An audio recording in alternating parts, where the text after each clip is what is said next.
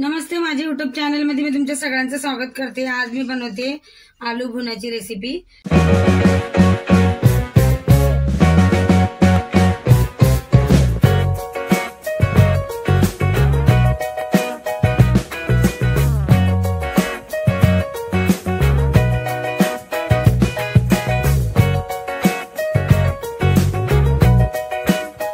इथे कढई ठेवली मी, आता याच्यात तेल टाकते। इथे मी 1 चम्मच आणि अर्धा चम्मच तेल टाकले। तेल गरम होऊ देऊ चांगलं। आता बघा तेल गरम झालं, याच्यात जिरं टाकते मी। जिरं चांगलं तडतडलं का आपल्या याच्यात आता मी इथं बारीक चिरून घेतलाय कांदा टाकणार आहे।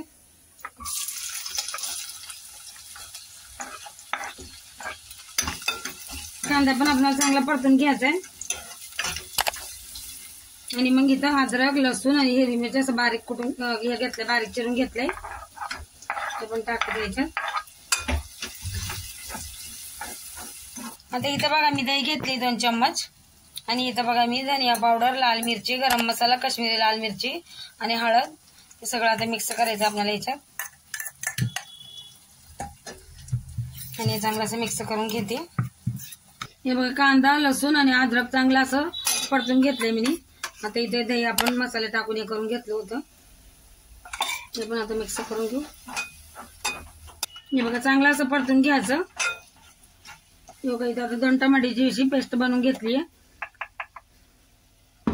याला पण आता मिक्स करून घेऊ। आता याच्यात थोडंसं मीठ टाकते मी चवीपुरतं, म्हणजे टमाट्याचे मऊ होतील। आता याच्यात थोडंसं असं परतून घेतलं का थोडंसं पाणी टाकून हे मसाले आपण चांगले शिजवून घेऊ। आता इथे बघा मी तवा ठेवला गरम करायला, त्याच्यावर बटर टाकते। बटरच्या ऐवजी तुम्ही तूप पण टाकू शकता। आता त्याला चांगलं गरम होऊ देते मी।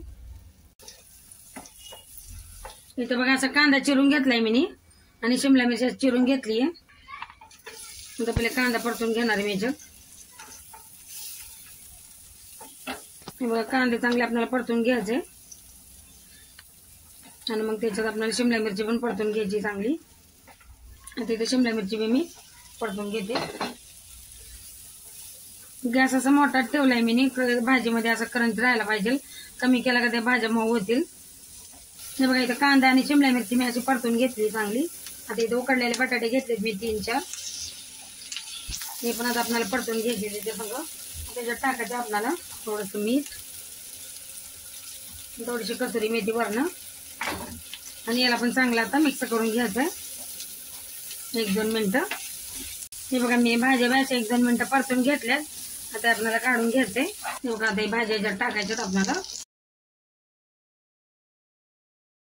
बघा आता आपण मिक्स करून घेऊ आला सगळं। बघा किती मस्त दिसते आपलं आलू भुना। आता याच्यात वरण टाकायचं मला बारीक चिरलेली कोथिंबीर, मिक्स करून घ्यायचंय। हे बघा तयार आहे आपला आलू भुन्याची रेसिपी। किती मस्त बघा भाजी बनली आहे। आता गॅस बंद करते आणि याला प्लेट मध्ये काढून घेणार। तयार आहे बघा आपली आलू भुनाची रेसिपी। व्हिडिओ आवडला तर लाईक आणि सबस्क्राईब जरूर करा। तुम्ही याच्या संग पुऱ्या किंवा पराठे बी खाऊ शकता। इथे मी गव्हाच्या पिठाचे चिले बनवून घेतलेत, एक लाईक जरूर करा।